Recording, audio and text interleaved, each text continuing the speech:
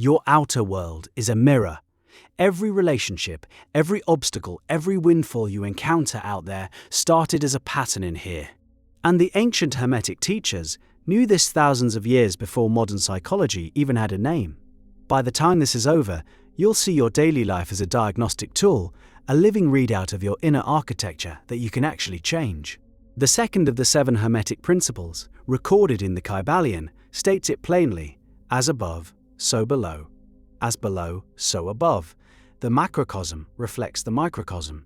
The universe mirrors the self. Most people treat this like a poetic idea, something carved on old stones and left behind. They miss the operational power buried in those words. Think about what this actually means for your Tuesday morning. The colleague who keeps undermining you, the money that flows in and then drains away in the same rhythm, month after month. The relationships that start electric and then dissolve into the same tired arguments. These patterns have a source.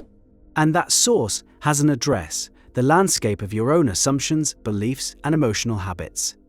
Hermes Trismegistus, the figure credited with originating these teachings, described reality as a series of nested planes: mental, spiritual, physical, each one reflecting the others with startling precision. Your thoughts generate feelings. Your feelings shape your actions. Your actions construct the circumstances you wake up to. The correspondence runs in both directions constantly, which means your bank account is a letter you wrote to yourself. Your health is a conversation your body is having with your beliefs. Your loneliness is an echo. So why does this feel so hard to accept?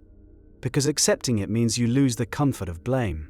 If your outer world corresponds to your inner world, then the difficult boss, the toxic friend, the financial ceiling, all of it traces back to something you're holding internally, a belief about your worth, an expectation of struggle, a quiet conviction that good things come with conditions. That's uncomfortable, deeply uncomfortable, and yet the discomfort is where the leverage lives.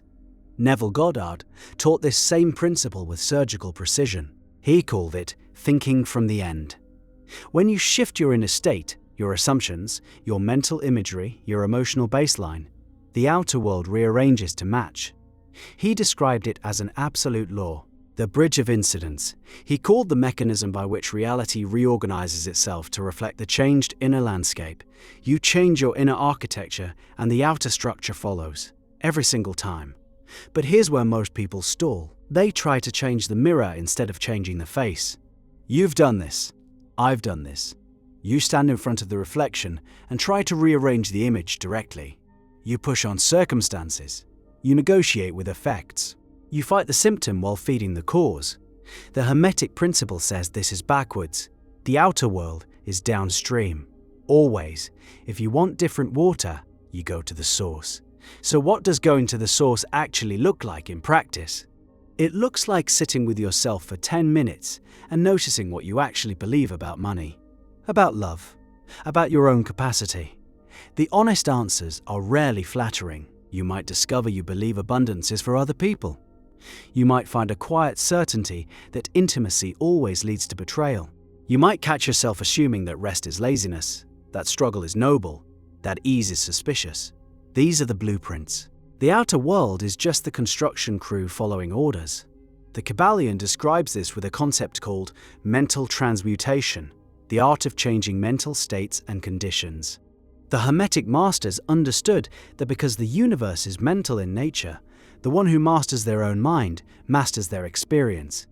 The principle of correspondence is the mechanism that makes this possible. Your inner shift doesn't just make you feel better, it sends new instructions to the construction crew. Consider how this plays out with something specific. Take financial anxiety. You feel tight about money. That tightness lives in your chest, colors your decisions, shapes how you speak about opportunities. You pass on the investment, you undersell your work, you hoard instead of circulating. And then the outer world confirms exactly what you feared: scarcity. The correspondence is precise. The inner drought produces an outer drought. Every time. Now reverse the direction. You begin a disciplined practice of dwelling in the feeling of abundance. You catch the scarcity thought and you revise it. You hold the inner state of someone whose needs are met, whose overflow is natural. This takes effort, real effort. Some mornings the old pattern claws back so hard you feel like a fraud. You hold anyway, and gradually, sometimes quickly, sometimes across weeks, the outer circumstances begin to shift. An unexpected check, a new client, an opportunity you would have missed when your vision was narrowed by fear. The Hermetic sages would say, the correspondence corrected itself. The above matched the below again. There's a subtlety here that separates the serious student from the casual one. Correspondence works on every level simultaneously. Your body corresponds to your dominant mental state. Your relationships correspond to your beliefs about connection. Your creative output corresponds to your inner sense of permission. You can't compartmentalize. You can't have an inner world full of resentment and an outer world full of love. The planes don't work independently. They're woven together like threads in the same fabric. This is why someone can change their diet, their job, their city, their partner, and still end up in the same emotional place. The outer rearrangement missed the point. The correspondence follows the inner state, not the geography. You've seen this in people who move across the country to start fresh and recreate the exact same dynamics within 6 months. The scenery changed. The blueprint stayed identical. Hermes taught that the truly wise work from the higher plane to influence the lower. Mental to physical, cause to effect, assumption to manifestation. This is the discipline. And it is a discipline the mental diet Neville spoke of, requires the same rigor as any physical training. You catch the thought, you revise the thought, you sustain the revised state. You do this dozens of times a day until the new pattern becomes your default frequency. What makes this teaching so potent is that it eliminates the gap between spiritual practice and daily life. There is no separate spiritual time. Your reaction to traffic is spiritual practice. Your internal monologue during a difficult conversation is spiritual practice. The image you hold of yourself while falling asleep, that's the blueprint being submitted to the construction crew for tomorrow's work. The macrocosm and microcosm are in constant dialogue, every second. And you are the translator. One of the most overlooked implications of correspondence is this. When you encounter something in your outer world that disturbs you, it's showing you exactly where your inner work needs to go. The difficult person is a curriculum. The recurring obstacle is a diagnostic. The persistent lack is a message written in a language you already speak. You've just been refusing to read it. Start reading it. The disturbance is the arrow pointing directly at the belief that needs revision. This reframe transforms suffering from something that happens to you into something that communicates with you. The Hermetic masters didn't see hardship as punishment. They saw it as correspondence, the outer plane faithfully reporting the condition of the inner plane.